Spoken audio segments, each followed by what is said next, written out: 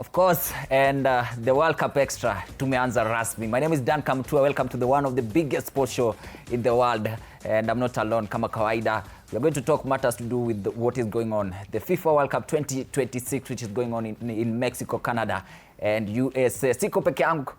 Kuna mwanadada pale hatakuwa anajitambulisha rasmi. It's not the first time you're on this show, but the first time I'm hosting you. Yeah, true. Waambie kitu. I'm Kausar, happy to be here and being hosted by, Danko. Hiyo intro ni kali. Nilikuwa nataka kusikia anasema nini? Ni hatari. And of course, CEO of Mseto FC. I didn't know you are also the CEO. Mimi nilikuwa najua wewe ndio founder, the owner and the chairman and everything. Bado wewe ndio CEO. Waliniambia usijiite chairman. Mtaa mzima itakuwa inakwambia watimie. So wewe jiite tu CEO. Yeah, we are doing good. We are doing good. I'm happy. World Cup ilianza rasmi this week, and we are seeing surprises, honestly. Curacao getting their first point. It was amazing. Danko, do you know that Curacao has only 158,000 people? Yeah. Population. And they are playing the World Cup. And they are playing in the World Cup. Jana, wameshika mtu 0-0. Germany iliwapiga 7 peke yake. Sisi kama Kenya tuko na how many millions? 53 millions. Tulipigwa na fellow African. 8. Just 8. Sahi Germany ikitushika. Inawapiga. Unapigwa ngapi? 7 tu. Hiyo ilikuwa intro yangu. I've been wondering. Na timu yenu last time I checked, and for the first time I attended your matches. Yes. Mseto FC. Yes. You guys were playing against I don't know which Momentum FC. From there, mlikuwa na another game. Hiyo game mlipigwa? No. After hapo tulidraw, ilikuwa jana. Tumecheza na University of Nairobi, Lower Kabete, na tulitoka 0-0. Walikuwa mbele yetu with 1 point. Sasa hivi tumewapita, and we thank God we are 5th sasa hivi kwenye ligi ya Nairobi West region. The most informed team. Yes, tulimaliza first leg number 20. Sasa hivi tuko number 5. Yes. All right, we want to keep the conversation going here at TV47, our FIFA World Cup Extra. So we're having the question of the day, and the question of the day is, who has been your standout player in the World Cup so far? So far tunaingia second round of the group stages, na ndio hiyo swali, who has been your standout player in the World Cup so far and why? Is it Messi who scored an hat-trick? Is it Mbappe who scored 2 goals, or rather a brace? Ama even Harry Kane? Ni nani unaona anakubamba kwenye hii World Cup?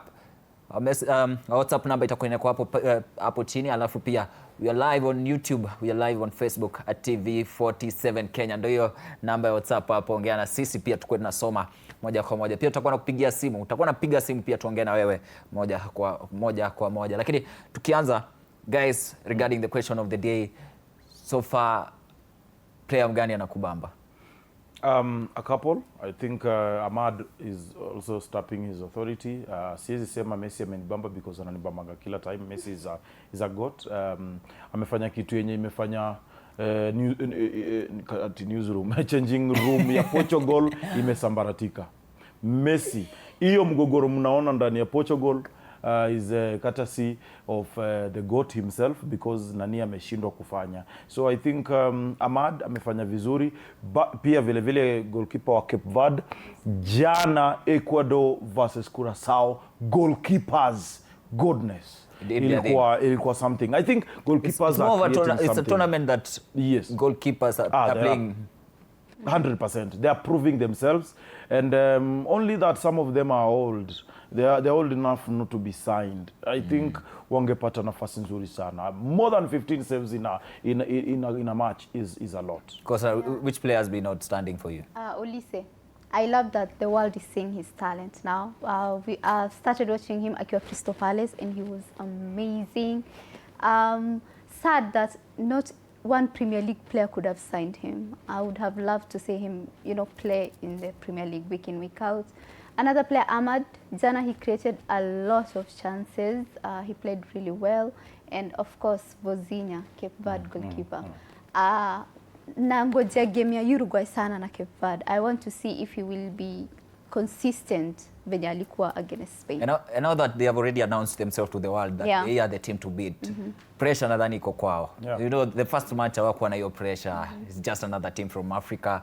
Now that everyone will want to see hii team yenye ilishika Spain, what will happen again? And also, at first, people were like, oh, watachapwa nini. But I feel like people will take them strong. Like Uruguay wakikuja hii game, hawatakuja wakiona like it's an easy match considering what Cape Verde did to Spain. Watakuja all in, hawatawadharau anything, and I'm so excited for that match. Itakuwa fair. But apart from Cape Verde getting that, what are they playing? Defending? Me, I've been against them. At the end of the day, you need results. It doesn't really matter. You go on. No, they got honestly, a point. Go with 3 points. Honestly, Danko, you know, getting points. And you know, football is entertainment. Football is about yes, strategy sawa. But kuna strategy ingine ndugu yangu kidogo.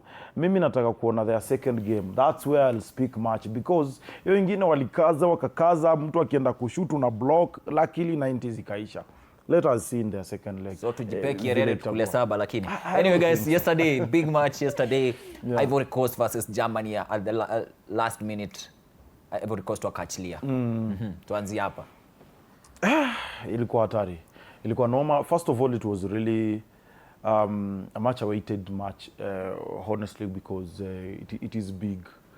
I thought that any game in Ivory Coast wanakula Rosafi, because in the first 20 minutes they really played brilliantly, and they dominated kidogo. They were trying to get Germany out of possession, trying to win matches in the midfield, on the wings. But in a way, towards the end of the first half, they kind of forgot themselves. They came in again in the second half with, you know, confidence, real confidence. But something happened along the way, and they allowed the comeback. Sometimes I say now, that low block that Cape Verde used should now have been the system for Ivory Coast after maybe they scored.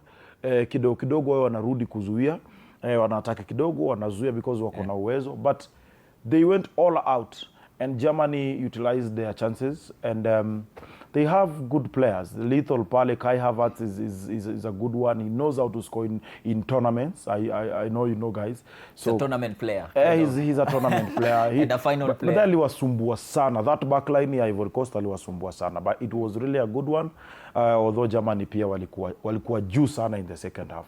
They did well. They could have done it in the first half, Ivory Coast. Yeah. They could have. I mean, they had so many chances. Diamande, I expected so much from him. In the first half, he was, you know, all over doing the tricks and everything. But that final third ball, ilikuwa inamsumbua sana. I love the fact that Ahmad showed up again. You know, people were hesitant. The first match, he scored the winning goal. So people were like, oh, can he keep, you know, the consistency? The second match, I performed. But I feel like he was one of the best players yesterday. In the second half, he created a lot of chances. Casey could have scored so many chances. I don't know. Anapata ball, then he goes down. You're like, why are you going down? Like, chukua one touch, upige. And also, I feel like Ivory Coast were playing overconfidently. In that midfield, Casey has the ball. He won't pass, but he's surrounded with 3 German players. Yeah. He will be able to penetrate. If you can see the goal that German scored, the goal that was disallowed, Kai Havertz. Look at how walichukuliwa hiyo ball. Like, they're playing so overconfidently. I feel like they should just relax. And let me not start with Adingra. Adingra alinibo. Sijaboeka na player this World Cup kama Adingra. Why was he taking a touch? Ilikuwa first time ball, like alikubomba kupeka kwa social media. I saw it. Nilikasirika sana. Adingra and KT. Yeah. So, it's a professional game. Yes. Yeah. We're expecting some professional decisions. But at the end of the day, these players are human beings. They are, but at the end of the day, pia unalipwa ndio ufanye hiyo. Na uko hapo on merit. You know, mtu kama Casey, honestly, he's really a good player.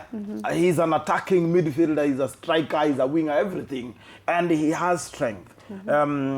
I think alikaa na ball sana kwa time yenye haifai. Yeah. And many times huwa inakama as a tactic. Sometimes coach ana allow some players, one or two, to carry the ball. You see, like if you see for example like USA, utapata mtu kama where anachukua ball and run nayo. He has dribbles kabisa. Before a pass atakula space kwanza, asonge mbele, alete either cross ama alete 45. He's trying to beat players, but kuna coach anakuambia ukichukua hiyo ball tafadhali leta straight. So I think Casey in a way, I don't know if that was a tactic because hakuifanya mara moja. Na sometimes unapata ananyang'anywa hiyo ball. So kama inakataa, jaribu pia kucheza na wenzako. You are not the only player there, because you have to understand that it is not you scoring, it is the team scoring. Whether it's you or it is whoever is scoring, ni team imeshinda ama ni team imefunga. So wacha kukani kama you are the only player ambaye ako kwa uwanja peke yake. Of course, we already have the standings there. Tuacha tuone which team have the chance of qualifying to the round of that to the knockout stage. Germany currently leading with 6 points, so automatically they have already qualified to the next round. Ivory Coast must beat Curacao to qualify, to ensure that they have already qualified, because the next game Germany will be playing against Ecuador, who are beaten by Ivory Coast, and Curacao will be playing against Ivory Coast. Guys, as let's talk about the group standing right now. Kuna mtu anafikiria ati Ivory Coast itapoteza against Curacao. Honestly, ball inadunda sawa, people are praising these teams. It's okay, but also it is that time for Ivory Coast to redeem themselves. So they cannot let it go. You don't think they can pull the surprise of the tournament? They qualify. You don't think they can pull out the... They can. No. They can't? They can, but not this time, honestly. Against Ivory Coast. Yeah, German have already qualified, like you've said. Ivory Coast, I feel like they have a chance against, Curacao. Ilikuwa, Jana they played so well, and at a time, like I felt like they got it. I was like, yes, this is the first African team to qualify. But walianza hizo upuzia kuchukuliwa ball overconfidently, and also when German scored, Undav scored, I felt like Ivory Coast wangeenda all out, wafunge, but hawakufanya hivyo. They sat back, kind of like defending, wakipata chance going forward, they are not taking their chances. German, I was really impressed with Undav. Alikuja na akafunga 2 goals. I feel like he's the main striker for Germany now, and he should play every game. Kai Havertz, Jana, you're saying you're impressed. I wasn't impressed with Kai Havertz because I haven't seen, the German Kai Havertz. He turns up for big matches and international matches, especially when German are playing. But Jana, he didn't do so. I was also impressed with Amiri, who came on. Alicheza poa sana. He's the first Afghanistan, German player to play in the World Cup. And guys, speaking of the group E, the talk of the town is Curacao. He started by mentioning how the population of that country and what they are doing. Remember, just registering a point in your debut season, debut tournament, FIFA World Cup tournament. It's a big thing. Wow. It's a big thing, definitely. It's a big thing, Danko. I think their countrymen and women are so proud of them, and we are also proud of them because it's not easy. Ukiangalia even their area ama their country ni sio kubwa sana, ni ndogo, na ukiangalia how they've performed, they are really inspiring the generation that is there right now. And I think for me it is that time that tuwapatie tu maua yao. They are not really there maybe to win the World Cup, but they are there to inspire, to benchmark, to show others that it is possible. And the way unaona wanacheza, they are playing as a team. And that's why unaona big teams inakuwa ngumu, because sometimes wanaleta the individualism in them. But this small, as we call them, wanakuja wanajua, jamaa tunacheza na team bigi. We have to step up. You have to fight kama watu wawili. I have to fight kama watu wawili. And that's what Curacao, Czechia, Ecuador, okay, Ecuador is a bit big, but that's what they are doing. The first comers. What is happening with Ecuador? Because look at the group E. The moment we saw that group, ilitokea tulianza kusema maybe Germany and Ecuador might be the teams to qualify to the next round. But then again, now we are talking different language, because they will be meeting Germany, who at the end of the day tunaona they awasamei mtu kuja vibaya tunakupiga saba. What is happening with that team? Ecuador, wacha tuangalie game jana. They wamesimamishwa na Curaçao. Wao wameenda wakijua hii game tunakula. They were beaten also by Ivory Coast. Last minute. Wanajua hii game tunakula. Uliona yes, goalkeepers waliingia waliwasave sawa. But by there I love the game. Hiyo game ilikuwa fiti kwa sababu ilikuwa attacking kabisa. Ulikuwa unapata attack inatoka kwa post moja mpaka kwa nyingine. Especially in the final 30 minutes. Ilikuwa balanced one. But Ecuador nafikiri attackers wao pia kidogo hawajasaidia, step up honestly. I think the likes of Caicedo, the big boys, now Ecuador is not a small team. They have some heavyweights in there. So I think they should be able to motivate the rest who are not yet maybe on the world stage in terms of playing, in terms of their careers. So haikuwa balance. Tulikuwa unapata tu some of them are playing really hard, wengine kidogo wamelegeza. So alafu pia wakapatana na hiyo story ya Curaçao wanajua hii ni timu kubwa. Washakuwa hapa. So pia sisi wacha tuoneshe tunaweza. So wamekuwa the Cape Verde of now Curaçao, and that's what is happening. Maybe Ecuador wangewakutanisha na team big, maybe ingekuwa something else, pia wao wange pull up. Can they beat Germany in the next match, Ecuador? No, I don't think so. I don't think guys, so. I feel like you guys don't believe in magic. I think they can. Not even magic. Kwa sababu if at all can wacha niwaulize, can Ecuador beat Ivory Coast? No. Yes. Yeah, what happened? Paper, so on paper, on yes. paper. So can Germany lose points against Ecuador? Yes, because of also the mentality. The mentality, pia hii ni timu kubwa, tuko chini, tunafaa kuamka, tunatafuta points majamaa. Tuende. Haya. Hii ni Germany. Wamekuwa world champions. Sio mara ya kwanza. Na sasa this time around it is us.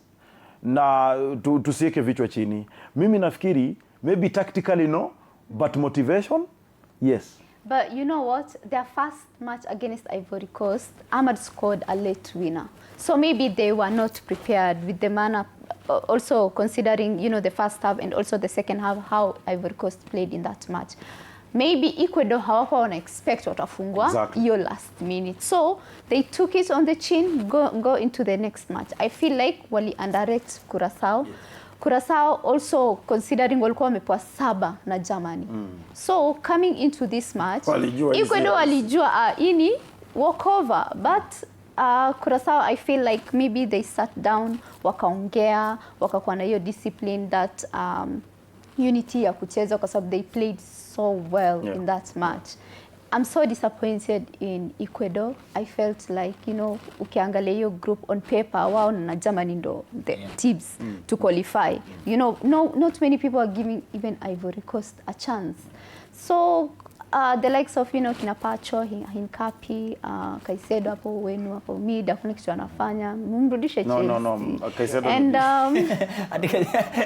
utaki aguzo. Waliaribiwa tu na wewe jamaa wa Arsenal.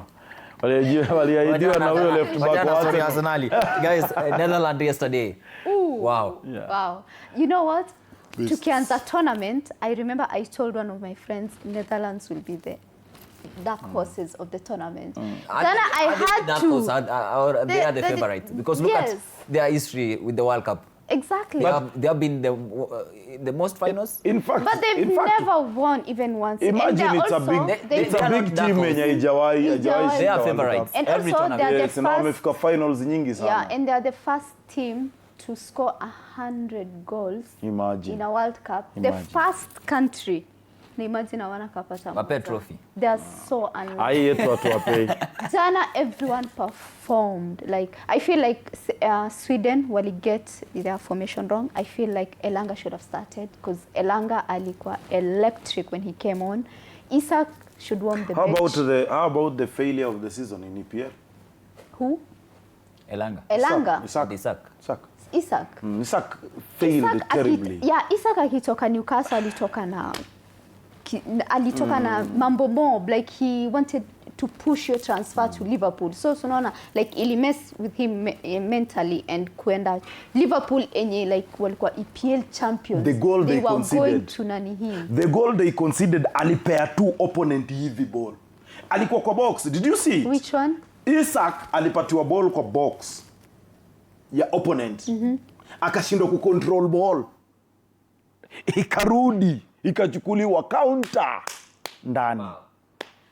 I mean it's terrible. That was a poor display by even recovering is so poor. Yeah, Sweden jana were off. The Brighton guy, Aisha Amari, he was really good. I feel like he was the only positive, player in that first half. Gakpo showed up again. 2022 World Cup, we saw Ali run Yonanhi. Now we've seen him amecheza. Jana, like, he was my man of the match. I also, for Somalis, I knew it. Taha Ali, the first Somali player to, make a debut at the World Cup for Sweden. I feel like pia angekuja, more angekuja in a match. Of course. Lazima ulikuwa unajua. Nilijua to mention because he's making really history. Yeah. He is. He's the first Somali to represent them. Na sasa anajua Kifaransa. Anajua na Kiswedish.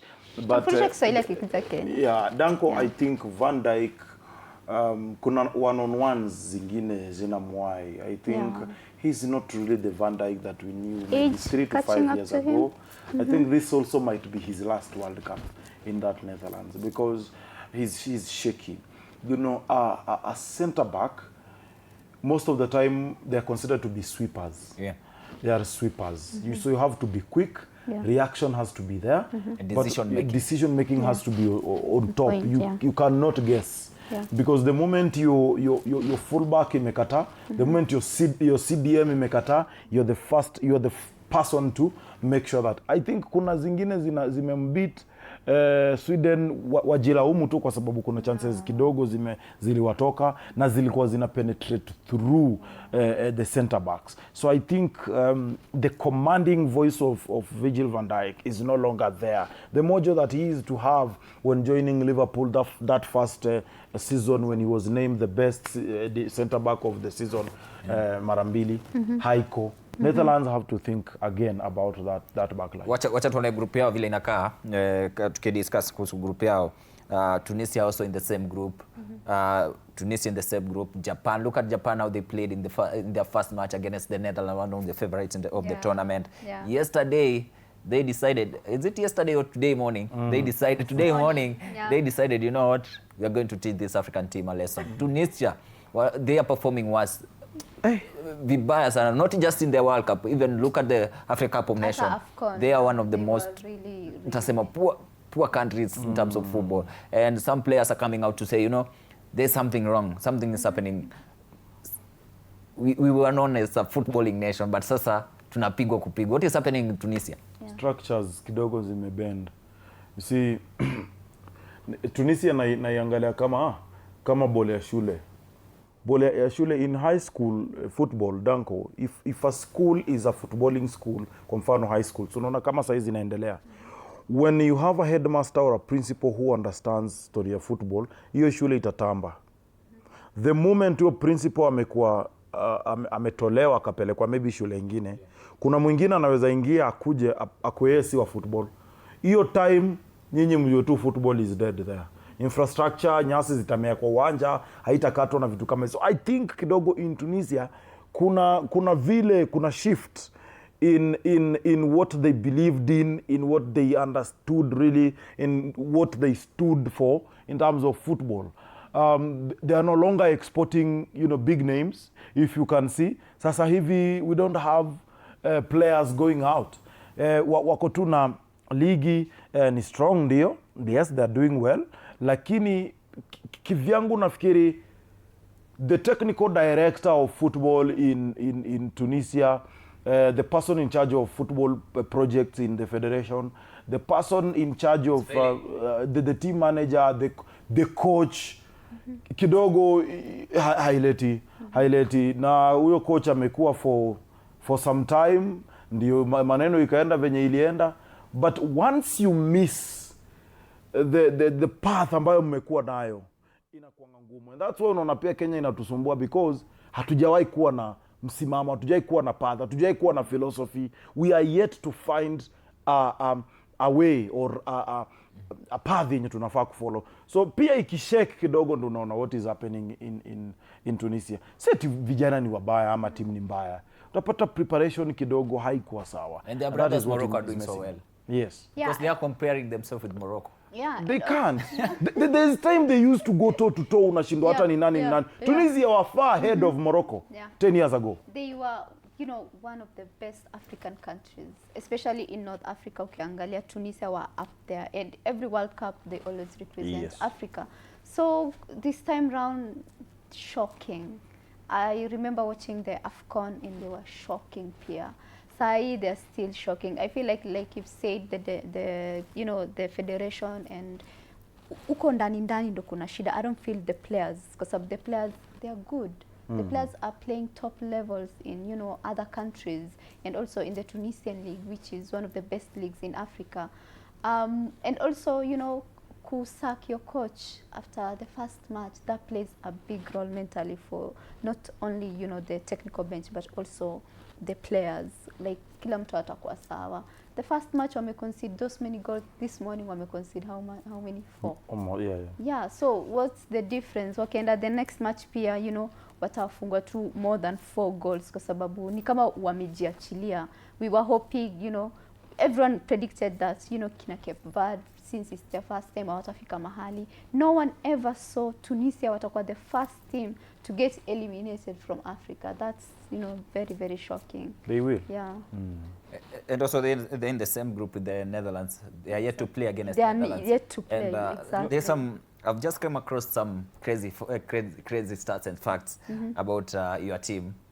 Netherlands. Which one? Netherlands, it's officially your team. It's not my team. I just predicted. And you can just listen to this. They are now unbeaten in 14 consecutive World Cup games, setting a new World Cup record. Exactly. Unbeaten, but yet to lift a trophy. Yeah. Listen to this. Their last World Cups, in 2010, they lost in the final to Spain. Yeah. Okay?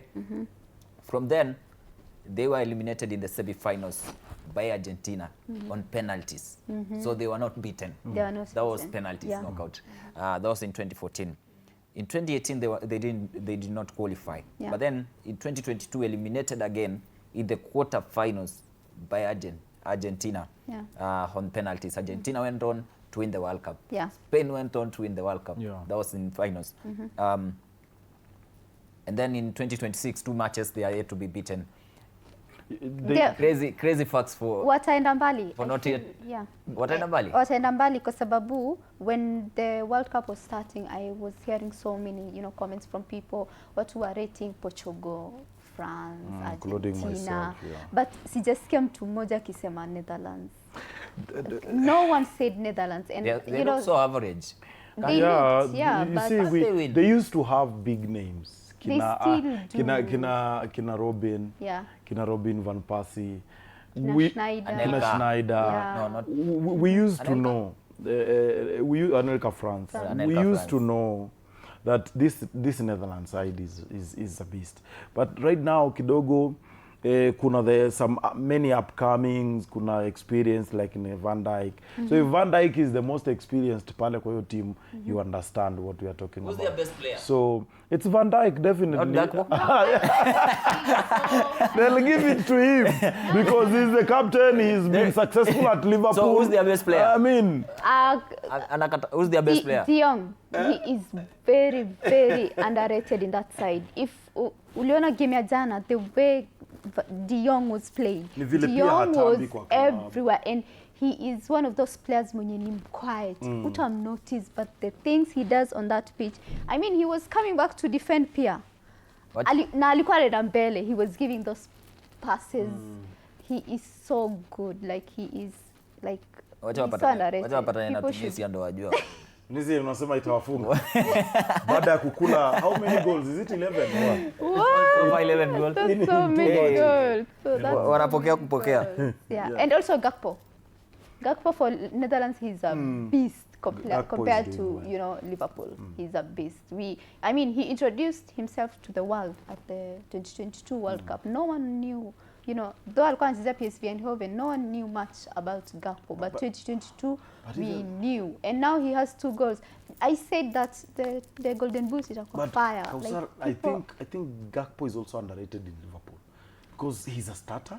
He is, but angalia stats zake compared to Netherlands. He's doing much better in Netherlands compared to Liverpool. Pia football ya club nayo ni different pia na country, but I think when it's coming to your nation, where you have to give your all, you have to make sure that uko sawa. Na pia unajua different players are playing in this World Cup for different, you know, motivations. Wengine wanataka kupandisha price tag yao, wengine wanataka they want to die for their country. Club, yeah. So I think this is what is happening, and for him, I think if he really performs well, definitely he will not return to Liverpool as the same player as he was. So many players are using this stage to show others that, you know what, I deserve to start in that team. I deserve to play 90 minutes. I deserve to do what. And also, if you look at Somerville, yes. Somerville is being linked to Look Manu. at Somerville.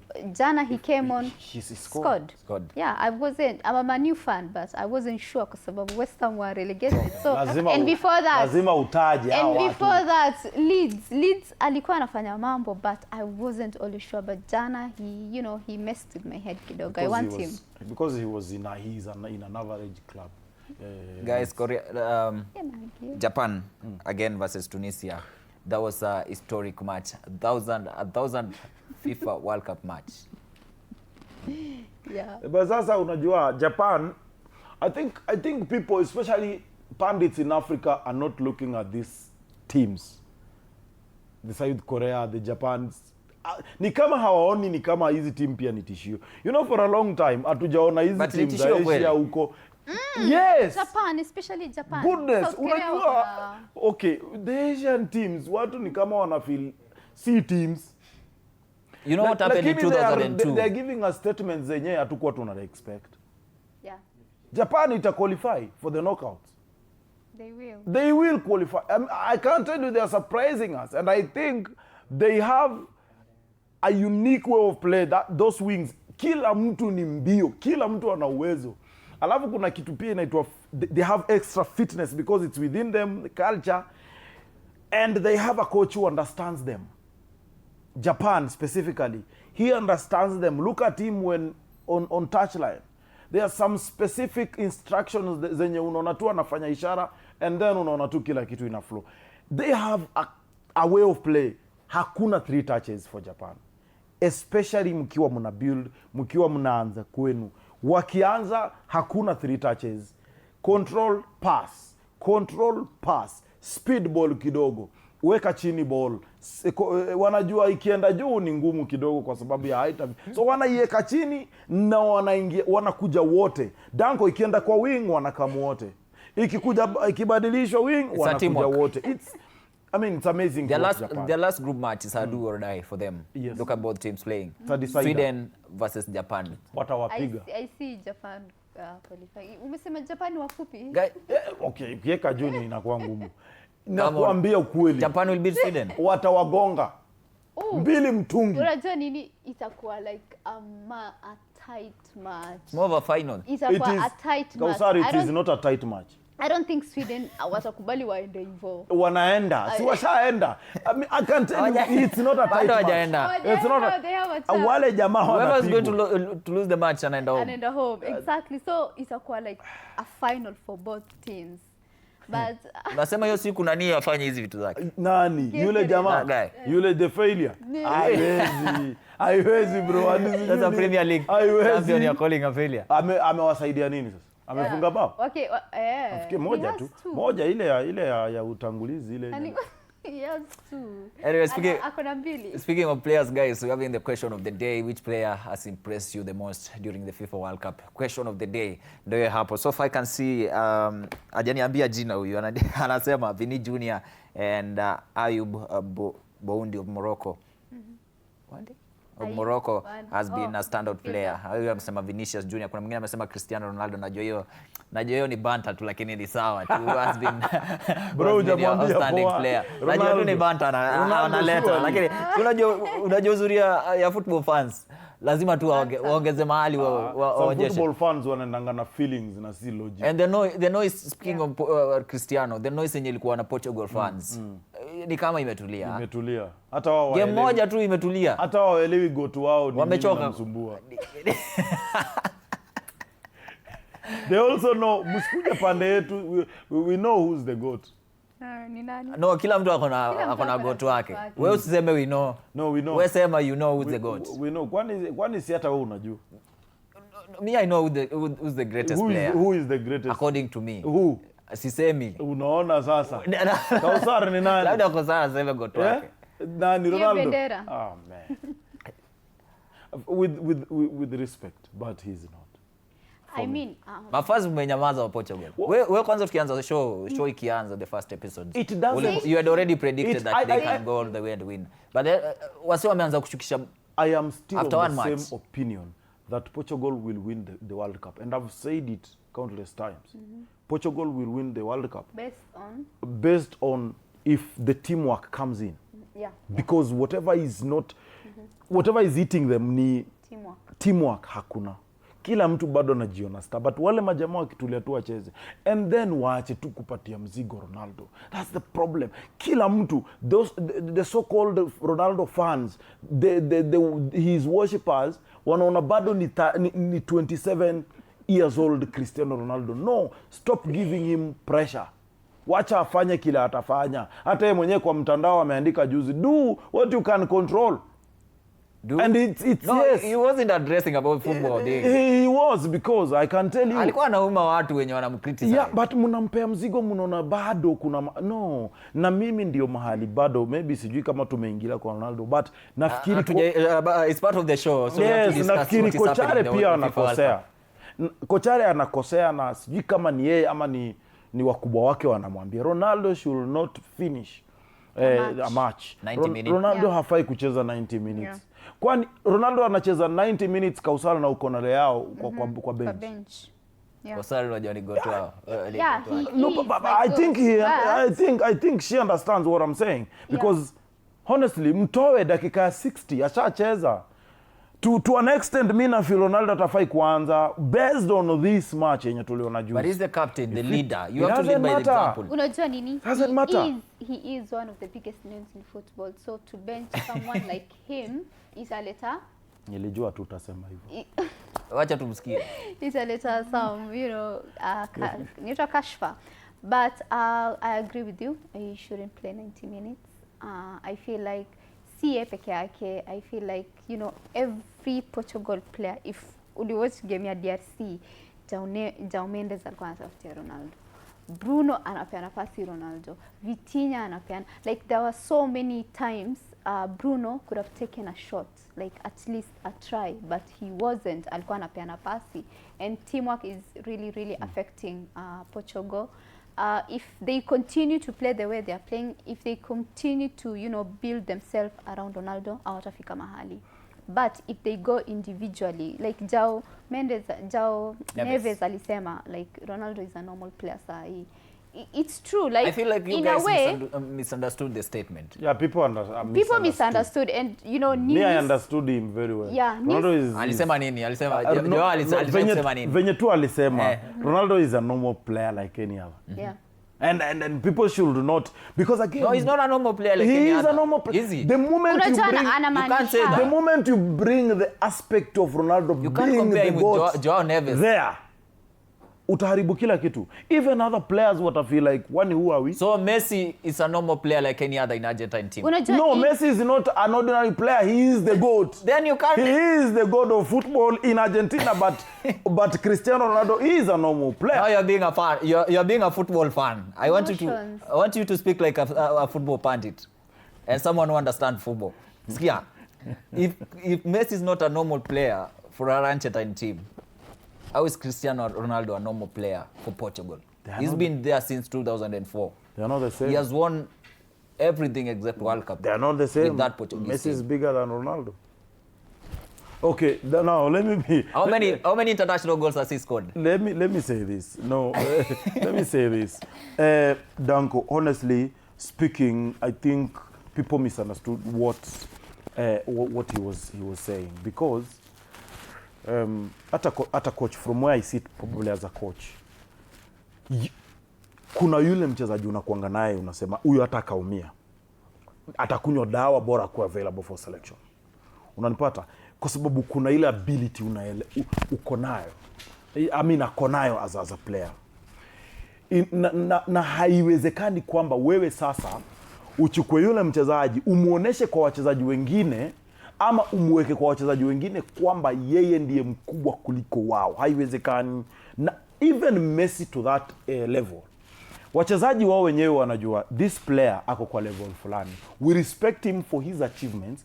We respect him for who he is history wise and achievements zake. But where we are right now, the fact that tuko kwa locker room wote pamoja, the fact that we are told by the same coach sit down na yeye aketi na sisi, as long as bado anaitwa player, he is still the same na sisi. So hawataki kuonesha ile kitu ya kuna mtu ako hapa.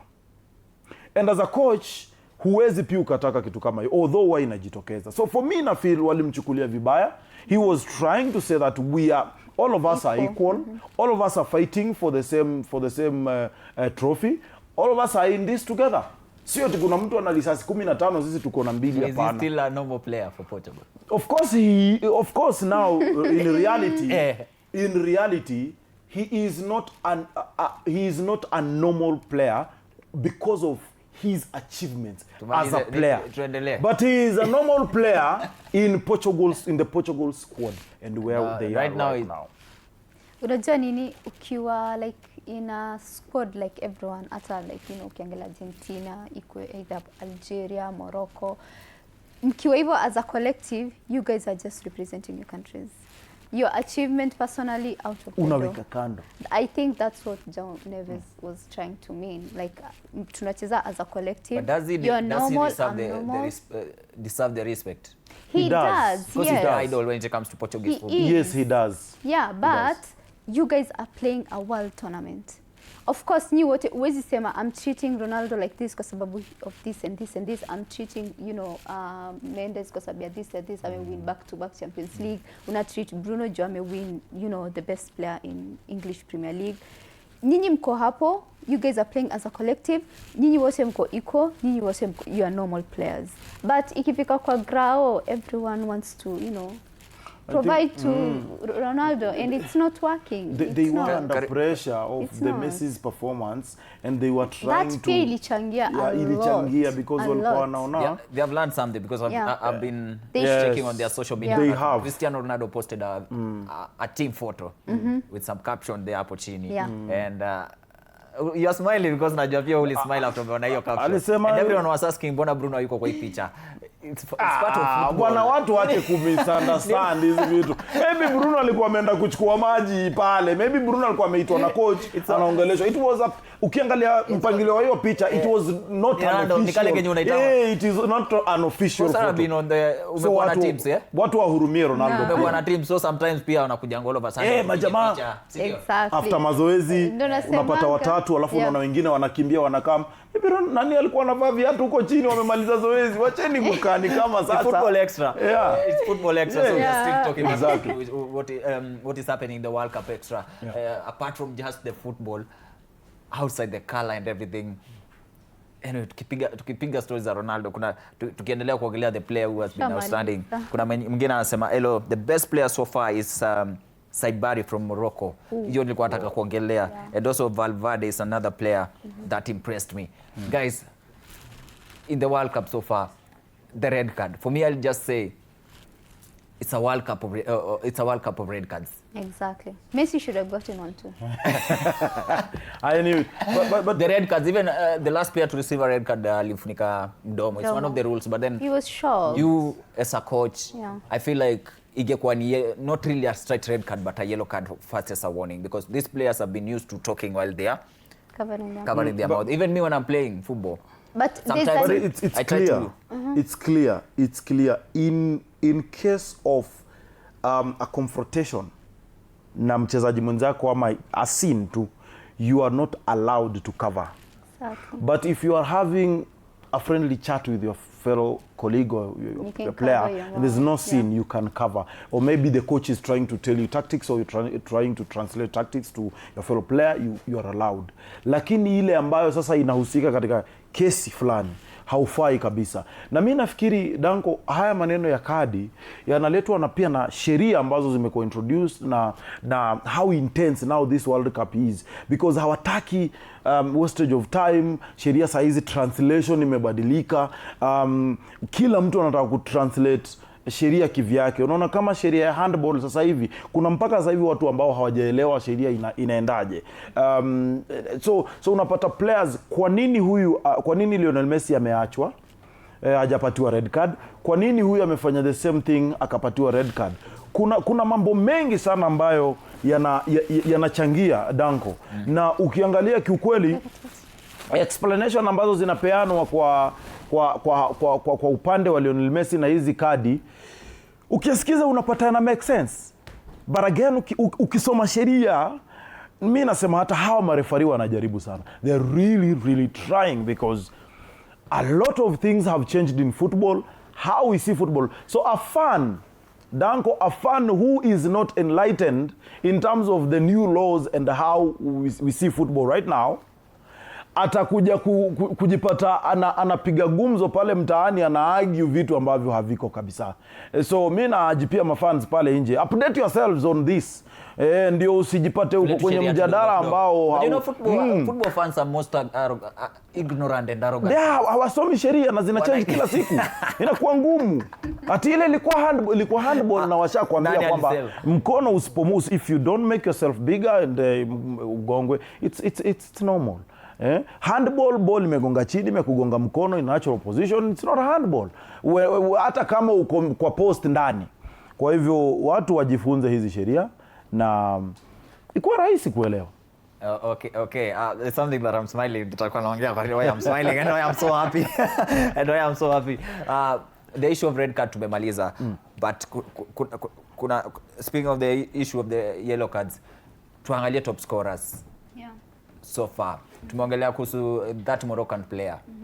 What a player that they are having in this tournament. Tunajua tuona ikianza kuna wale player tulikuwa na hesabu wa Morocco watashine. In 2022 so far El Nasri from Morocco, and Sai the Moroccan player, his name again, Anisha?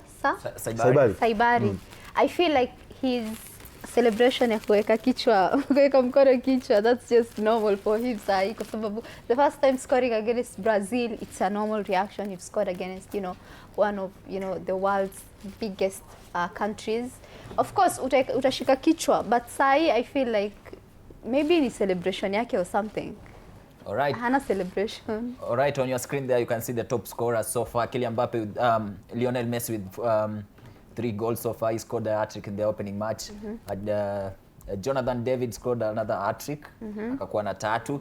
Then we also having the other side of the page, the likes of Kylian Mbappe, Harry Kane, who scored 2 goals in their first match. Today or tomorrow, the day after tomorrow, again Kylian Mbappe will be stepping on that stage again. Ndoyo akiwa na 2 goals, Harry Kane with 2 goals. Yasin Ayari, the one I told you, the Brighton. Yeah. We're having Elijah just from New Zealand. New Zealand will be playing against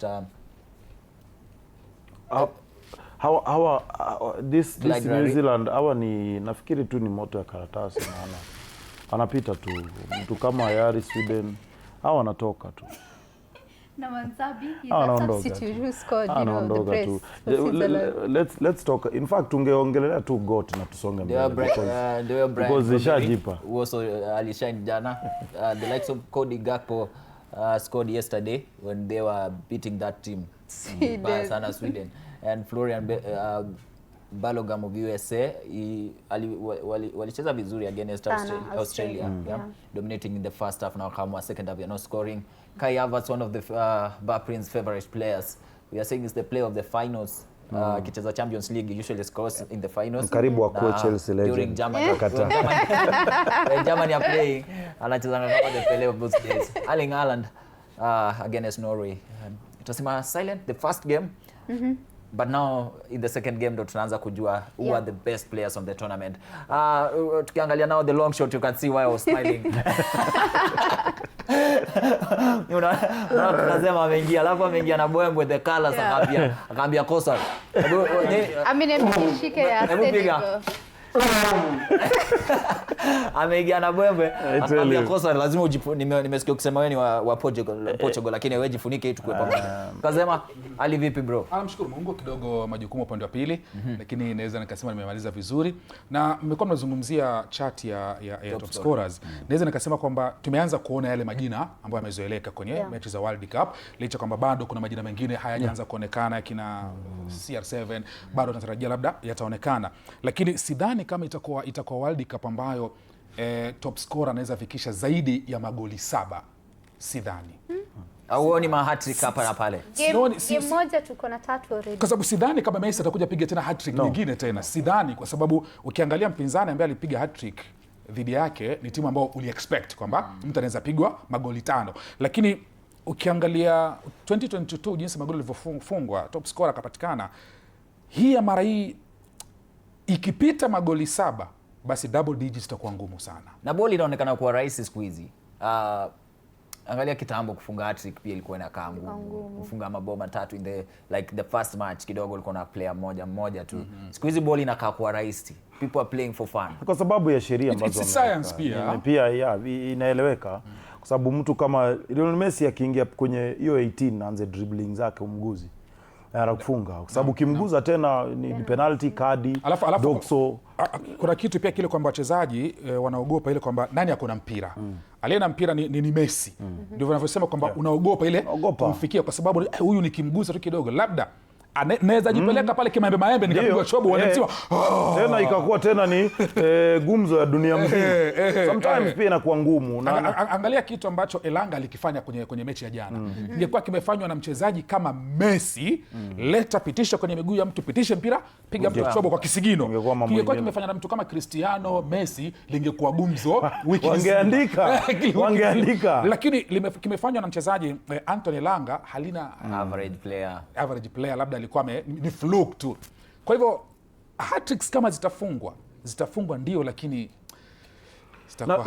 nafikiri mimi naweza unga mkono, kwa sababu hizi teams ambazo mimi nishawaambia tayari kwamba ni moto wa karatasi, Chechia, hizi Curaçao, tushaiongelelea. Nyinyi mnasema zitapiga surprise. No, kwa sababu tayari sasa zinaondoka. Tunaenda kwenye knockout. Knockout pale ni games zinamliwa mpaka na penalty, unapata 0-0 mwisho. Kwa sababu tayari Van Dijk anajua vile Messi anavyocheza mpira. Naam. Tayari hawa walinzi kina John Stones wanajua vile Ronaldo anacheza mpira. Kwa hiyo inakuwa ngumu sasa wakati ambapo unakuja sasa kupatana na wale sasa the best. Tumebaki na hizi timu kubwa, France, Senegal, au ni kina Koulibaly, tayari wanajua jinsi wale madefender. Na by the way, ukiangalia mtu kama Ronaldo, defense yote eyes wako kwake, kwa sababu wanajua what he can do. So unapata wakati anachukua mpira wachezaji wangapi kidogo. You have just said kidogo tu, umesema kidogo Ronaldo kidogo. No. Saizi. Me have told you. Ronaldo itakuwa ngumu. Usidanganyi. 41 years. Bro. Mabao zitakuwa mingi. I've said it in the first, match of the World Cup. Mabao zitakuwa mingi. Ukiangalia England, Harry Kane will always score. Lakini atakayefungwa nyingi ndio ambaye ni mnyonge. Kweli kuna timu pia kuna wanyonge wa tournament. Sizungumzia mechi jana ya Holland na Sweden, unaona kwamba amepigwa zile bao zilipigwa, lakini muangalia Sweden, how many chances create. Nafasi nyingi sana. Nafasi nyingi sana za kurejea kwenye mechi. Angalia kitu ambacho alikuwa anakufanya pale. Wali miss nafasi nyingi. Kwa hivyo moja kwa moja unakutana mpinzani ambaye ni mgumu, anakuadhibu moja kwa moja. Speaking of mpinzani mgumu, Spain watakuwa wanacheza leo usiku na watakuwa wanacheza dhidi ya Saudi Arabia. Kumbuka game yao ya kwanza walishikwa draw na Cape Verde. So ilikuwa so unexpected. Wao kuandika draw. Building up to this game, Spain against Saudi Arabia. Acha nianze na Kosa sababu amenyamaza sana akiwa katikati. Ni kama ametulia sana. Kasema ingie umetulia sana. Bwana. Ama kasema kidogo amekupa baridi. Yeah. I mean Spain sai wako under a lot of pressure. A lot of pressure, so they have to win leo. And Saudi tumeona they are not scared of playing big teams. Tuliona their first match in 2022 World Cup walichapa Argentina, which is still shocking to this date. And their last match wali draw, and also it's a very very open group considering all the teams iko na 1 point. So team yenye itachapa leo, it's a high chance wanaenda nyumbani their next match. So Spain, they have to come through, and also they are rushing, you know, the late fitness for Lamine Yamal. Bado, you know, his last match alicheza those minutes kidogo kwa sababu he's still not fit.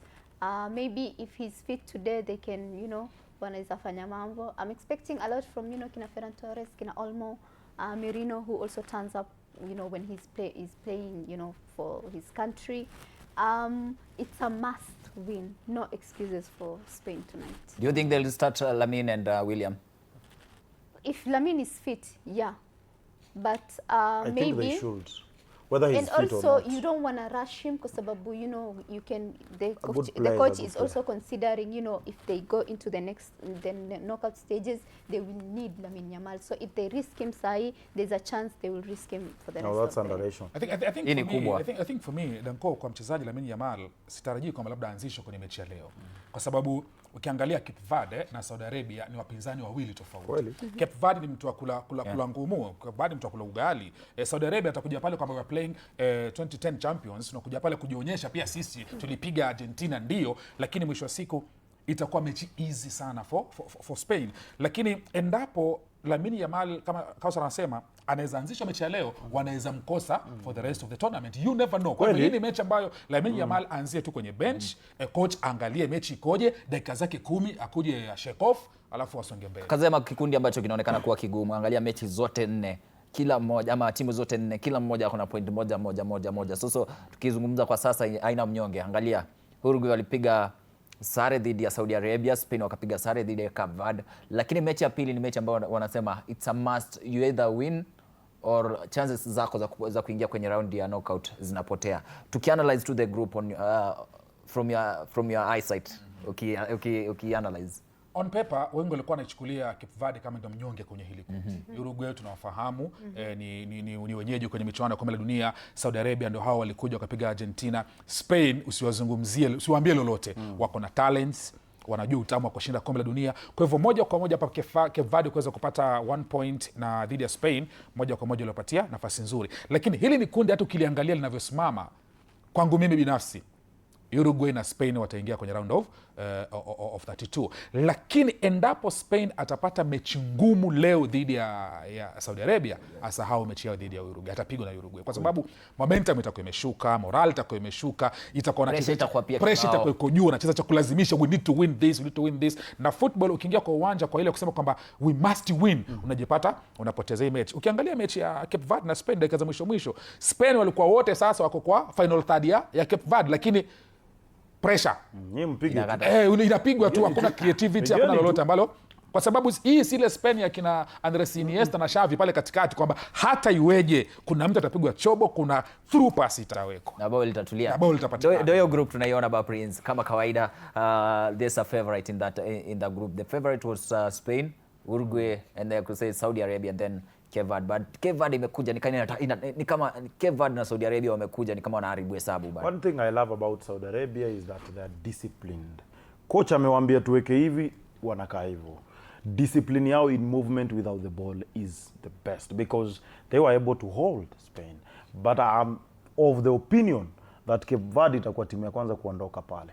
Kwa sababu nafikiri wakati mwingine pia huwezi kucheza na nimeisema mpaka before kwamba huwezi kucheza the same kutoka dakika ya kwanza mpaka ya mwisho. Jaribu hata kidogo. Na umeogopa kufungua kwa sababu ukifungua unajua utakula inakuwa ngumu. And when now you're playing a good side, nafikiri mimi ilikuwa tu, siwezi kusema kwamba kulikuwa na ubabe wote. Nafikiri walibahatika ina way kidogo kuweza kudraw na Spain. Vile Spain hao walifika mahali ikakuwa sasa ni kama tu muda umeisha, time imeisha, bas wacha tu tupige ishe hivyo.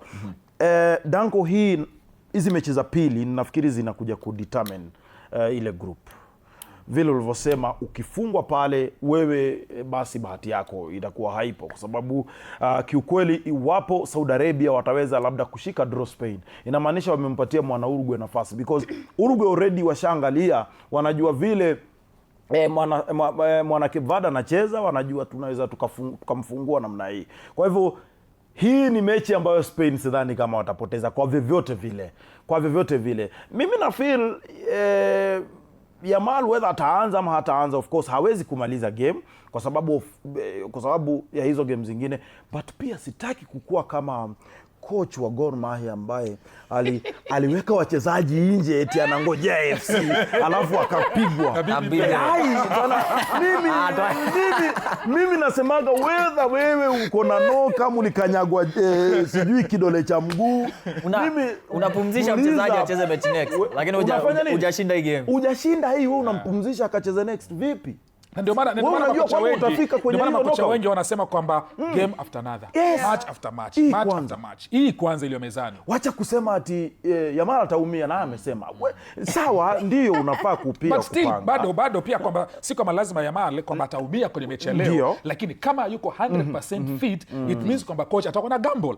Na coach akigamble hapo ni kwamba unaongeza risk kwa huyu mchezaji, na risk ya hiyo mechi na risk ya mechi zijazo. Kwa hivyo hapa coach wa Spain anaila kusema kwamba okay, madaktari wamesemaje? Is he 100% fit? Yes or no? No, akai bench kwanza.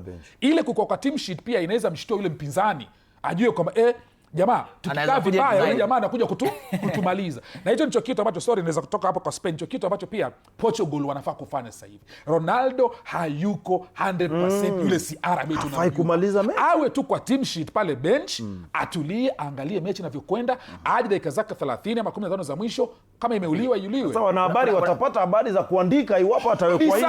Ni sawa, wewe kama coach usiogope wanahabari. Makocha wanaogopa. Sijui mimi ni nini, sijui labda ni boardroom inawaambia lazima acheze, ama ni makocha wanaogopa kusubstitute Ronaldo, ama ni nini, kwa sababu hawa wachezaji wakubwa is the face of Portugal team. No, being the Portugal football. Hata kama ukiangalia Brazil are forcing Neymar alienda World Cup sababu ya face. Hivyo tu. Exactly. Wangechukua Joao Pedro sasa yangewafungia mabao mingi sana. Lakini sasa tuende na face pia kutolewe. Sasa inatusaidia nini? Tumeuza sura pia. Kabisa. Kuna game nyingine pia, Cape Verde dhidi ya Uruguay. Pia ni mechi nyingine ambayo wengi wanauliza Uruguay labda wako na pressure, kuna pia wanacheza under pressure. Wengi wanauliza pia Cape Verde, can they do it again? Can they surprise many people? Alafu tu pia tukiangalia pia ni maswali ambayo yanaulizwa sababu in the first match kuna bwembe ambazo zimekuja na Cape Verde. Tukaona ule the goalkeeper's mother. The visa ikachangamkiwa. Kumbe visa ya US inaweza toka na dakika 3. Dakika 3 ikisema tick ni mara moja. Mtu alitoka 20. Tukiuliza kuhusu visa, wacha tuchukue break kidogo tu hivi. Na Usara takasirika. Nataka turudi. Visa ilitoka na 2 minutes. Anyway guys, we are going to take a short break, but usiondoke sababu we are going to keep the conversation going here TV47 World Cup Extra. Tuna mengi ambayo tutakuwa tunaongelea in the next few minutes zenye zinakam. Spain game inacheza, alafu pia Cape Verde game itakuwa inacheza against Uruguay. We are going to take a short break, alafu tunarudi na mengi.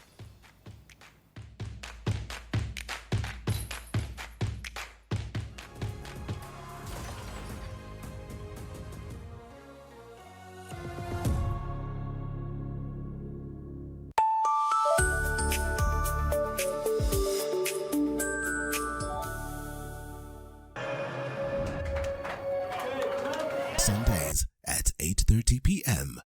Good morning. You have my rent? Leo jioni kama tutakuwa tumelipa rent, nauza hii simu yako. Hamna pesa. I need 3 G's to make my nails today. Sasa hivi natuhusu aje? Can I order now? Do you ship? Can I get blinking ones? Mimi nilikuwa na trade. Nimewekelea kitele yangu. Kitele yangu na trade. Ikikunywa maji. Oh my God, he left me. Nitumie ni line. Uko nje kuna wifi. Why? Hi-Fi? Wait, so what do we call this dish again? I have no idea. The cucumbers are there specifically for my beauty routine. Tangu lini kero umeka kwa beauty product? Na ameenda. Tunafaa tukuwe na logo yetu. Like, si ni brand already. You won't entertain divas. No. I'm not dealing with a man child. Amazing. Nishapenda hii energy. Sundays at 8:30 p.m. on TV 47. Saturday at 8:30 p.m. My father used to tell me that our hotel is the home for travelers. I guess I forgot that. Recently, it's been more of a mirror of my own ambition. We might fail. We will probably fail, but not for a lack of trying. So for the last time, and the first time, welcome to Connect In, the best experience in Eastern Central Africa and its environs. Saturday at 8:30 p.m. on TV.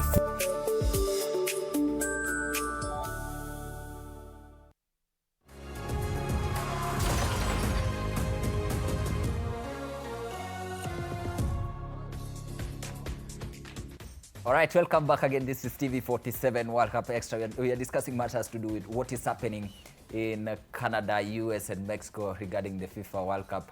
Tumeongelea kuhusu Cristiano Ronaldo, Spain, na pia game kubwa Cape Verde playing against Uruguay, and we were talking about matters to do with visa. But Prince akaniambia usiguze kuhusu visa. Anyway, my name is Dakam. To keep the conversation going on our social media platform, we having that question of the day iko pale chini. Tunakuuliza baada ya 2 games ama after a few matches that we have already witnessed in the FIFA World Cup, which player who has been your standout player of the World Cup so far and why? Do you think yule alifunga mabao mengi has been your outstanding player? Unajua pia unaweza piga mabao lakini hakuna kazi mingi umefanya pale, ama pia umekuwa best midfielder lakini pia hatujaona ukifunga mabao. Ukipiga bao whether ni touch yako ya kwanza bro, umefanya kazi mingi. Nyinyi ndio mnaharibu sana. Mimi hata ukipiga bao hata kama hakuna touches, nyinyi ndio mnaharibu football. Kwa sababu the ultimate goal ni bao pale. Because there's a reason this guy Kakazema, there's a reason this guy is the football. Unajua huyu jamaa anaown football club. Is the CEO. So alikuwa ameown club na akataka kama coach. So akaona ni noma akajifuta. Akajifuta. Baada ya kuleyo ngori. Alijifuta. So there's a reason why alijifuta. Kupigwa game 8 mfululizo sio mchezo bwana. Hapana, unalazima uwekelewe ngoli mwingine. So ile vile ameleta coach mwingine, tuwafute huyo coach mwingine. Coach mwingine ameleta so far how many matches hamjapigwa? Hatujapigwa 14 matches. Unaona? Unaleta also ukisikia zile comment akisema player akifunga na touch yake ya kwanza ndio best player, unamwe? Anataka hiyo. Kutafuta kitu ana outstanding player, kuna vitu vingi vinaangaliwa kwa mechi. Si kitu kimoja ambacho kitakuwa kinaangaliwa kwamba amefunga bao alafu moja kwa moja anakuwa outstanding player. Yaani kuna vitu vingi, work rate yake, amepiga passes ngapi, blind zimekuwa ngapi, tackle kama ni defender tackle zimekuwa, aerial balls amecheza ngapi, kama yeye ni midfielder creative amepiga passes ngapi. Yaani kuna vitu nategemea pia na role yenyewe. Na role unacheza, because kama ni defender hautaulizwa umepeana through passes ngapi, umepeana assist ngapi, tackles ngapi, aerial balls umeshinda ni ngapi. Cape Verde versus Uruguay. Maswali mengi yanaulizwa. Can they do it again? Another team in under pressure, Uruguay. I feel like Valverde have to step up. You know, I feel like, in my opinion, he's their best player. He has to step up Leo Siku, you know, the energy, you know, the passes. He has to be everywhere, Leo. Cape Verde can pull another surprise. I won't be shocked this time. The first time I was shocked. Second time, sitakuwa shocked if they pull another, you know, draw amata getting winner. Radi haipigi mtu And mara mbili. And also wako na hiyo confidence. Radi haipigi mtu mara mbili. Sifikiri kuona Spain kivali leo anaweza toa draw na wanaona Cape Verde ni kama wanapigwa na Uruguay. Wanapigwa. Mimi nawaambia at least Zema unanielewa kwa sababu mimi nashindwa kuelewa hawa watu. It's just because they defended against Spain. Leo mimi nashindwa. Unacheza defense 7, defense wachezaji 7 na kitu ambacho alienda. What achievement is that? Kebadi walifanikiwa draw na Spain because Spain ni watu wa tikitaka. Exactly. Wao wakaenda pale wakaenda kuweka basi, ile mitanga basi. Timu nzima yote Kebadi ilikuwa iko nyuma. Hawezi cheza hivyo dhidi ya Uruguay. Haiwezekani. Ngumu bro. Haiwezekani. Alafu ni kasa kuna kitu alikuwa amesema kwamba already coach wa Uruguay ashawaona Cape Verde. Anajua. Ashawajua kwamba hawa wanakuja wana mfumo wao ni wakubana. Atawafungua tu. Mbona mnasema ati surprise. Radi haipigi mti mara mbili. Wanapigwa. Na wakija tofauti. Jamani mashallah nimepata mtu ananielewa. Maana nyinyi wote hamnielewi. Nawaambia wacheni bwana. Basi nisingekuja hii show. Sasa ataenda kupack basi.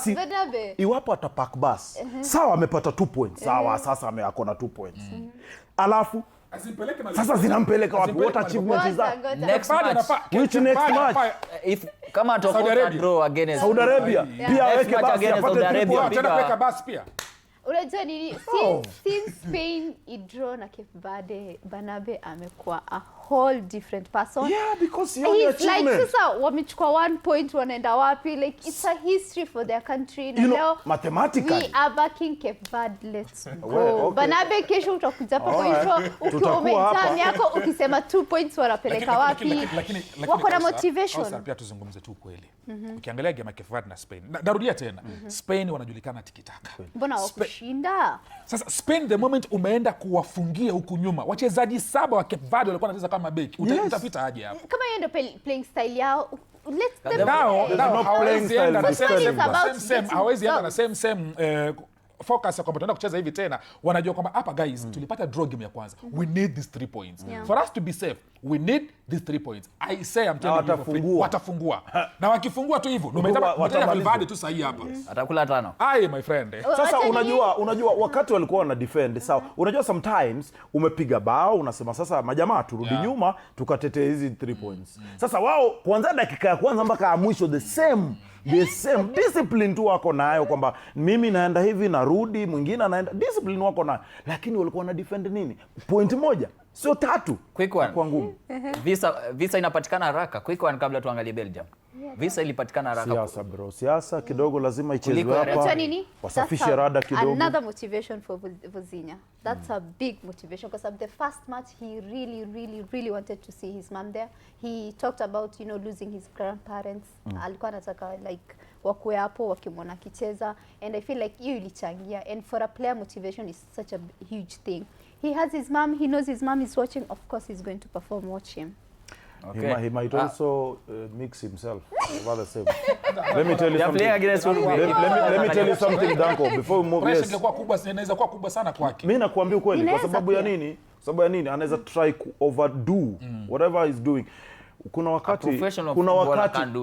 wakati mademu wa wachezaji wangu walikuwa wanakuja kuwatch match. Sasa si ndio huyo mchezaji ulikuwa unamuongelesha na kujibu kwa sababu hataki kuonekana vibaya mbele ya macho. Players are not professional. Are they professional? No, all players are professional. Ni vile tu hizo ranks. The moment ashaingia pale. For example, England has that culture of their players' girlfriends.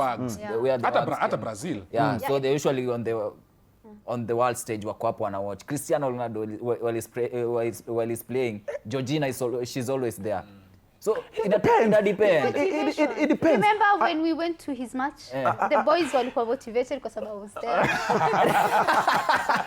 You see, I mean, I'm not really saying it's impossible, but it might work for him, and again it might work against him because anaweza kuwa with also the story behind it that kwamba alikuwa amekataliwa sasa hivi amekuja. Unajua swali ambalo litakuja hapa kwa kichwa chake ni mama yake ashawahi kuwa kwa jukwaa kubwa kama la World Cup. That is a question itakuja. So atataka kuprove kitu ambacho hajawahi prove tangu maisha yake ya soka. Kina Cristiano au kina Messi ni vitu vya kawaida. Unajua asha kumsema tusi. Kuna walevi fulani akiingia kwa bar hata aseme niletee nini. Ni kama kakazema anajua. Ni kama kakazema tulikuwa najua tu atakuja na bendera na atakuja na mwembe. So ni kawaida tu. Lakini kuna mechi nyingine kubwa. Nimesave maybe atakota na muangalia. So anaweza kuwa anapigiwa bola angalia posta yake akakanyaga. Guys, kuna game nyingine we need to talk kuhusu zile games nyingine. Kuna game nyingine Belgium wanacheza dhidi ya Iran. Iran ni one of the most one of the teams zenye tunasema kuwa zimekuwa so disappointed vile mambo inafanywa. Walicheza game wakaambiwa after game wakaambiwa pandeni gari mrudi kwa ile place yenu mlikuwa. As a team pia wamekuwa hawajakuwa motivated na vile mambo yanafanywa. Football imemix na politics. Nitaisema kama itakuwa ni walkover kwa Belgium.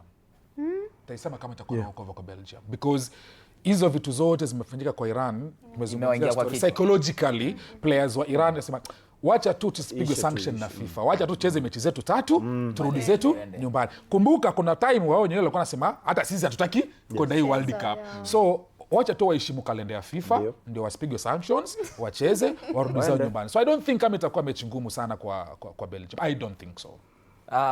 Kuna fan wa Iran akiongea tusikie wanasemaje ahead of this Belgium fixture.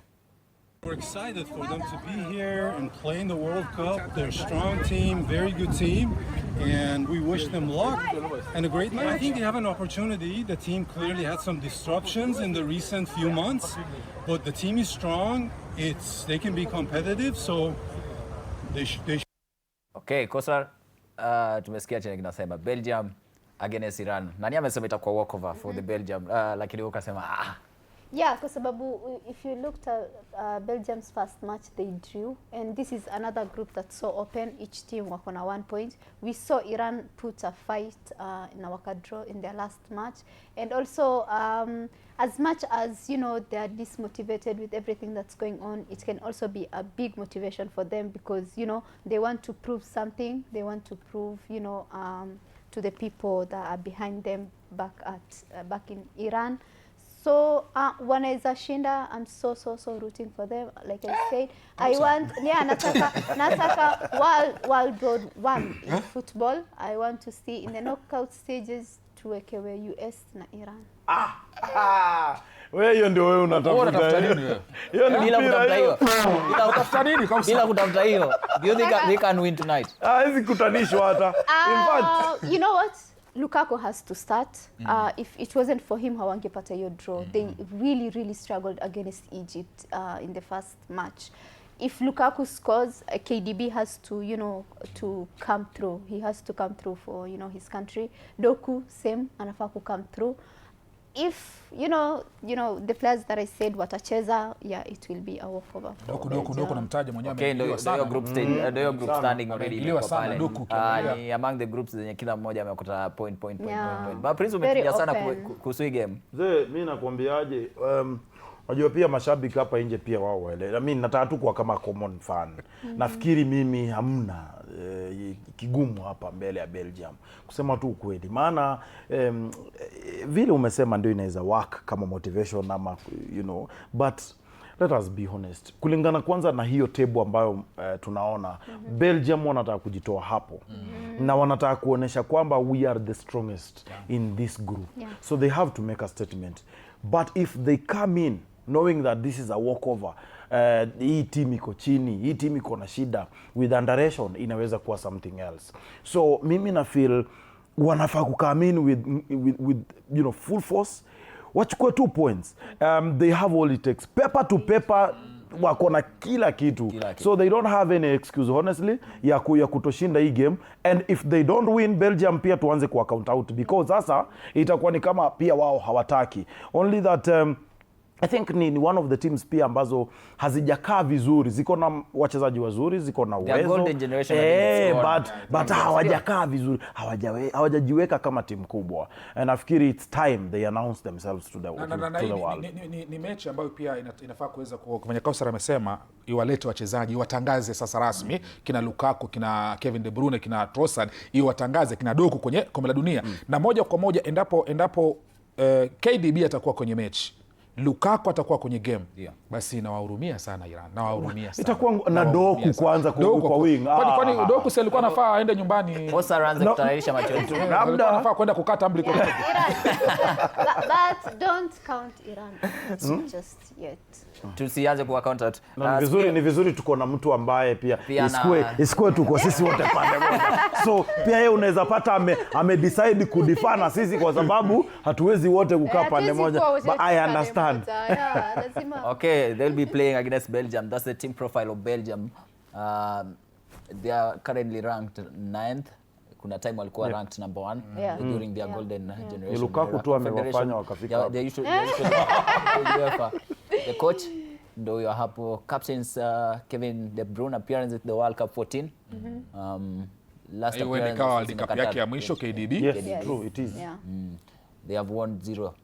I think they could have won something during the 2014 up to 2022. I think this especially squad currently they are building up squad and inaweza win something in 2028. When the Kina Hazard were there, I think wange win something. But now sasa KDB akishatoka hapo, Lukaku ndio huyo ameisha. Martens alienda. I mean, we are not seeing other stars coming from Belgium. So nafikiri hii nayo ni kama sasa wataenda mpaka 30 because hakuna kitu pale bado. Okay, speaking about the question of the day, wacha nisome message mbili tatu hivi za wale ambao wamechangia. We were asking about who do you think is your outstanding player of the tournament. You can see Joshua Ovita from Embu County ameniekea 3KFC. Ama fans wa 3KFC. Na season ija.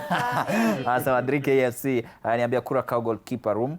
He was my man of the match. So far the tournament nani amemimpress? Yeye ndo amemimpress. Ni opinion yake.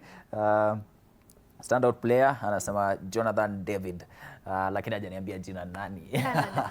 Rahisi sana. Game nyingine ambayo kuna game nyingine pia itakuwa inachezwa apart from Belgium's. Huyo amesema Iran itakuwa inaua, kila mtu mwingine amesema Belgium itakuwa inaua. Guys, Africa pia itakuwa inacheza. Egypt play against New Zealand. Rahisi upande wa Egypt, rahisi upande. Lakini pia teams za Afrika pia sizielewi. Unazielewa kakazema? Hii ni mechi ambayo unaweza ukasema kwamba Egypt wanafaa kujitangaza sasa kwamba wamefika kwenye kombe la dunia. Kwa sababu ukiangalia kwenye mechi yao ilikuwa mechi ngumu kwao. Zungumza ukweli. Na the likes of walibahatika kufunga bao mapema lakini ilikuwa ni mechi ngumu. Na ndio pale ambapo baada ya kufunga bao kama wachezaji mnafanya kitu gani moja kwa moja. Lakini dhidi ya New Zealand naweza nikasema kwamba Egypt wana uwezo wa kuweza kuchukua alama 3 kwenye hii mechi. Na Egypt ni miongoni mwa timu za Afrika ambazo tunazipigia upatu kuweza kusonga kwenye raundi ya 32. Nafikiri Egypt nafikiri structure zao vile wanakam, na ukiangalia hata kwenye AFCON what they've been able to achieve, I think support pia kwenye hii World Cup. Although pia kidogo in the AFCON walikuwa wanapatia pressure mtu mmoja, saa hizi naona imepungua, at least they are all equal. Nafikiri wamekalishwa chini, ama ni vile labda media ijapata kabisa kuwagonga, because Mo Salah alikuwa na hiyo shida kwa AFCON. Tuone what he will do because amesaidia Liverpool here and there. But nafikiri Egypt inaweza, kwa sababu kuna teams ambazo tulitarajia maybe zitafanya vizuri na bado hazijakam. So Africa kidogo haijajitangaza kabisa. We need to have teams taking advantage of this gap yenye iko kwenye teams za Africa. Jana mimi nilijua kwamba tunapata bana we. Nilijua pale there's some news coming in and Tunisia reportedly facing visa issues ahead of their final group game against Netherlands in the United States. Nini tena? Mambo mengi ndugu zetu. Unajua kuna kitu Gianni Infantino alikizungumza, akasema kwamba we can't get hold on everything. Kuna vitu vingine viko kwenye hata kama sisi ndio governing body, kuna vitu vingine vipo kwenye uwezo wetu. Kwa hivyo vitu ambavyo havipo kwenye uwezo wa FIFA vitakuwa vigumu sana kwa hii World Cup. Na kuna baadhi ya wachambuzi wanasema it was the biggest mistake. Yes. Biggest mistake. Yeah, because mambo ni mingi kule jamani. Wrong timing. Wamenyua visa, does it there's visa issues. Yes, does it mean they won't play their final match? Because if FIFA wanasema there are some things that they can't control, this is If kama watakuwa wamesolve before that game, that means they will not travel to United States. Exactly. Yes. This is a World Cup. Who are the organizing committee? FIFA. Why are they not doing anything? These things, visa issues shouldn't be an issue. Watch Russia, Qatar, Brazil. We've never seen anything like what's happening. I feel like US are doing too much. They want to control, everything, which is, in a way it doesn't make any sense kwa sababu if ingekuwa World Cup ingekuwa other issues tungeelewa, but this is a World Cup. These players have come here to play. These players have come here to represent their country. They've earned that right by qualifying kufika hapo, and then now they're having issues like. Nakubaliana nawe Kausar kwa sababu from the beginning tulijua kwamba ni Mexico, Canada, Marekani. FIFA ilikana marais wa mataifa hayo matatu. Kila mmoja kama bwana kutakuwa na hivi yani ni kama sasa hivi CAF lazima wapo karibu sana na Kenya, Tanzania, Kaguta Museveni na Shangazi Samia na Daktari Ruto. Kwa hivyo moja kwa moja wakisha kwamba miundo msingi, mambo hayo ya custom, kila kitu inakuwa sawa. Sasa ni nini ambacho Marekani wanakuja nacho wakati huu ambapo tayari World Cup ishaanza? Labda tukupe ile bid. Sisi kama CAF ama kama FIFA kabla tupe ile bid. Should we be coming with our own rules that player wetu ama team moja itakuwa na 45 players ama staff wote? Kama ni Kenya tunapeleka US. Harambee Stars tunapeleka how many players including the staff? Tunapeleka 45. Those 45 people at no point wanafaa kose visa. But hizo vitu sisi zinafaa kufanya zilifanywa mapema sana, lakini tunafaa kuja na rules zetu.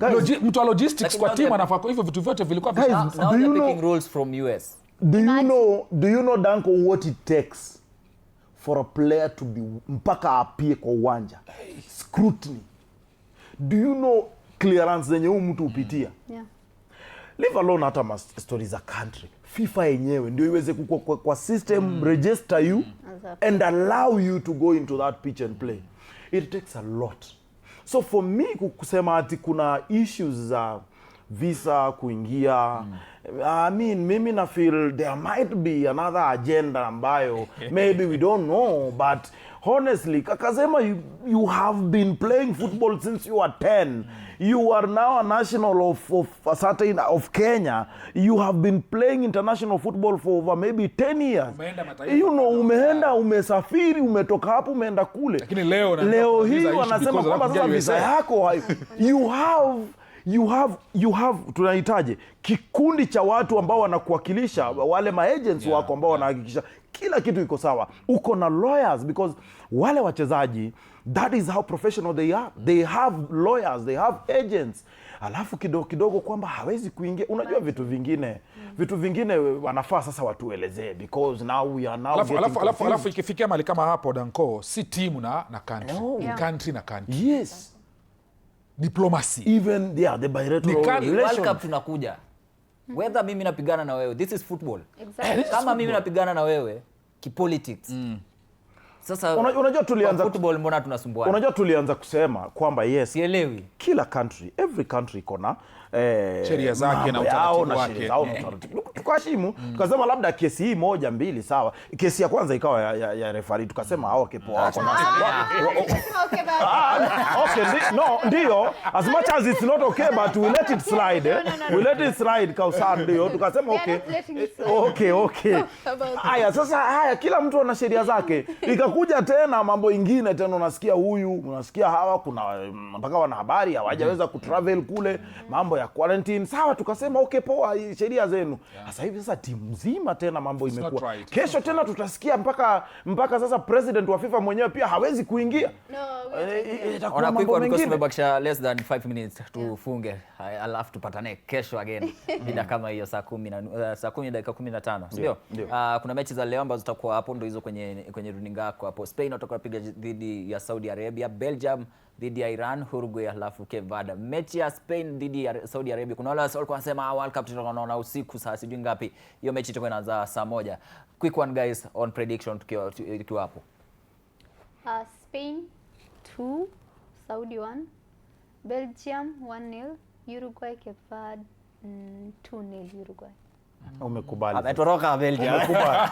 Kaka Zema twende. Umekubali. Na uchungu. Alafu kuna mechi nyingine New Zealand dhidi ya Egypt. Sema inauma hiyo. Egypt itakuwa tight match. New Zealand's last match walidraw 2-2 na Iran, so itakuwa goals match.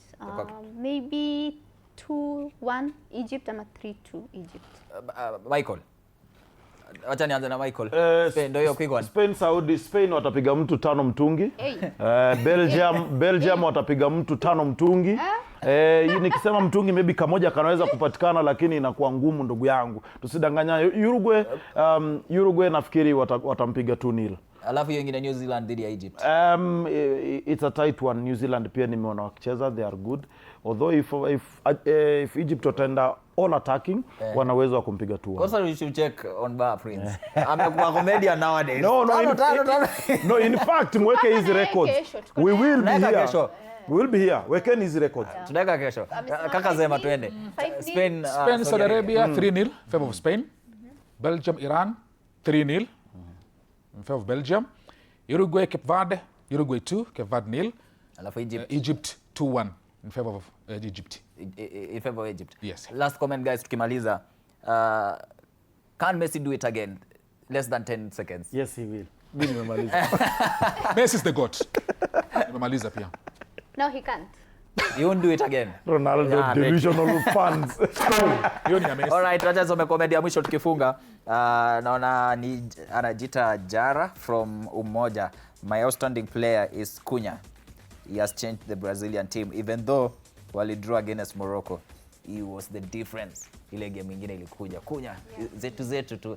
Anyway, thank you so much guys for watching World Cup Extra. My name is Dan Kamtua, Kaka Zema, Kosar na Michael Banabe wamekuwa kinisaidia. So kesho mida kama hii kuanzia saa 10 na dakika 15 tutakuwa naingia hapa tukuchambulie mechi ambazo zimekamilika na mechi ambazo zitakuwa zinakuja. Kaka Zema, tufungie na vuvuzela.